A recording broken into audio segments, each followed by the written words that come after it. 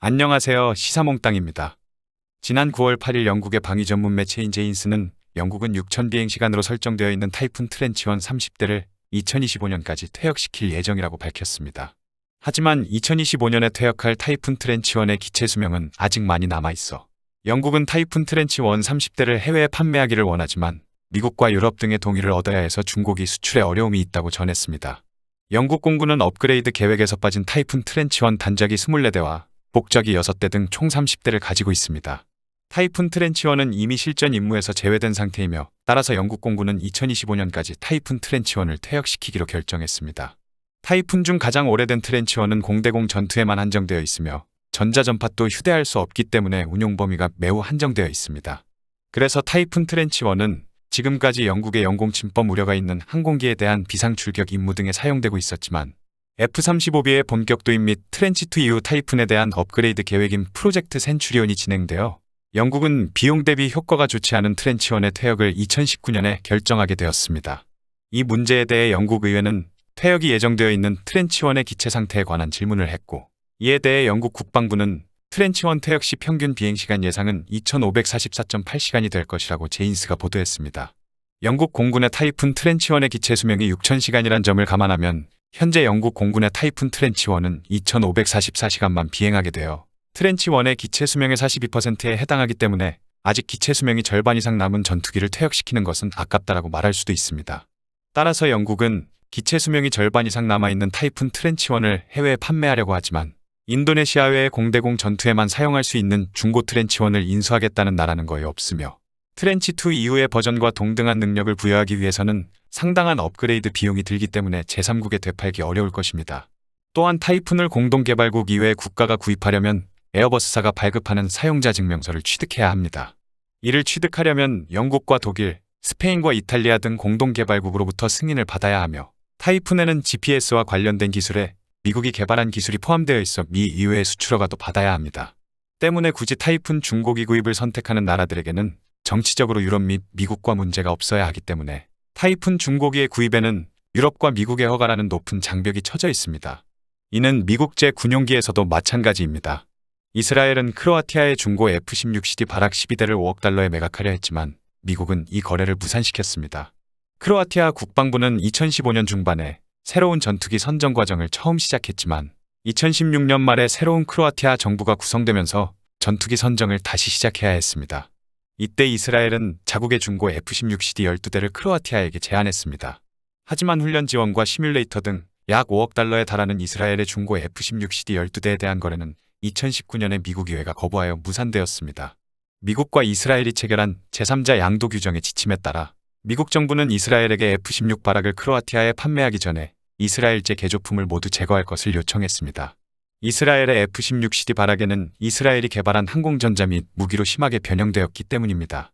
하지만 이스라엘은 F-16CD를 원래 상태로 되돌리는 작업이 번거로웠으며 비용도 많이 들어가 미국과의 지침을 무시하고 크로아티아의 수출을 추진했지만 미국은 크로아티아에 대한 수출 허가를 거부한 것으로 알려지고 있습니다. 즉, 중고 전투기를 제3국에 쉽게 되팔 수 있는 서방 국가는 미국이나 프랑스뿐이라는 뜻이며 미국의 수출 규제를 피하기 위해 프랑스는 의도적으로 미국 제장치 및 부품이나 기술을 우회해 라팔을 개발했기 때문에 타이푼과 같이 복잡한 수출허가가 필요 없어 프랑스는 라팔 전투기의 수출에 대한 자유를 만끽하고 있습니다. 앞에서 설명했듯 이스라엘로부터 중고 F-16CD를 도입하려던 크로아티아는 결국 프랑스로부터 중고 라팔 전투기를 도입하기로 결정했습니다. 이미 작년에 알려졌지만 중고 타이푼 트렌치1에 관심을 보이고 있는 나라는 인도네시아로 알려지고 있습니다. 앞서 오스트리아 매체인 디프렛에는 작년에 프라보우 장관이 중고 타이푼 전투기 15대를 구매하겠다고 제안하는 서한을 오스트리아의 국방장관에게 보냈다고 보도했습니다. 프라보우 장관은 서한에서 유럽의 기술력과 노하우에 늘 감명을 받은 저는 아래의 제안에 대한 귀하의 지지를 요청하며 이는 양국의 상호이익이 될 것이라고 밝혔습니다.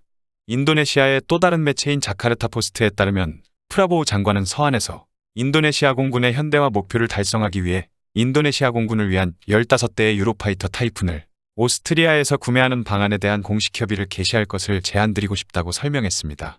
이 서한이 오스트리아 언론에서 밝혀지자 작년 인도네시아 의회는 바로 반대 서명을 발표했습니다. 퇴역 장성인 TV 하산누딘 인도네시아 의원은 성명을 내고 이 정보가 사실이라면 국방부는 중고 전투기 구매 계획을 중단해야 한다고 밝혔습니다.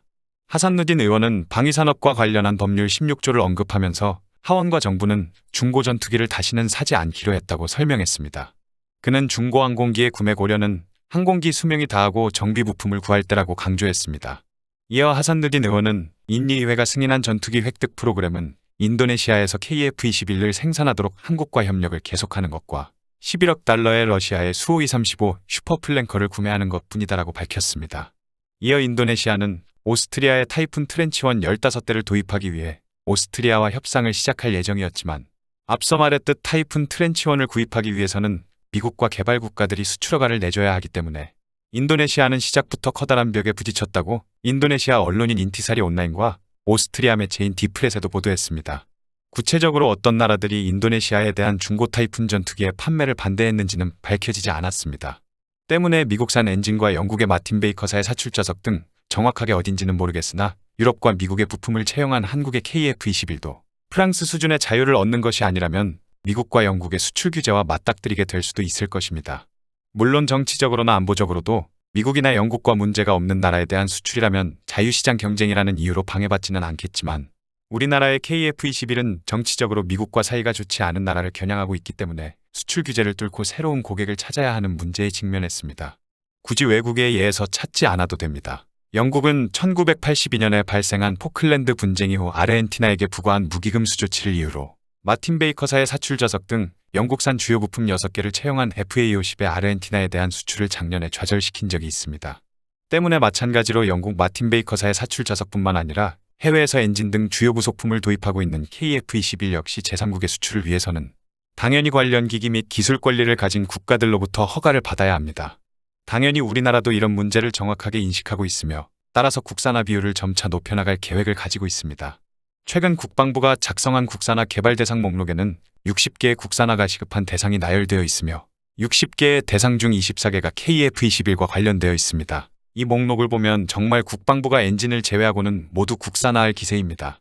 KF-21과 관련된 내용을 간략하게 살펴보면 KF-21용 공기터빈 시동기와 KF-21용 디지털 항법 소프트웨어, KF-21용 손상 탐지 센서 및 시스템 및 KF-21용 엔진 진동 신호 변환기, KF-21용 결빙 감지기, 그리고 KF-21 레이더 경보 수신기용 안테나 이종과 KF-21과 A사 레이더와 관련된 내용 등 이 밖에도 여러 가지 국산화 목록이 있습니다. 앞에서 보듯 현대전의 핵심 무기인 전투기는 개발국의 안보를 해치는 나라에게는 관련 기술들이 철저하게 통제되고 있어 KF-21 구성품에 대한 지속적인 국산화 노력과 외교적으로 관련 기술을 제공한 나라들과의 충분한 협의가 있어야 KF-21의 수출에 성공할 수 있을 것입니다. 이상 시사몽땅이었습니다.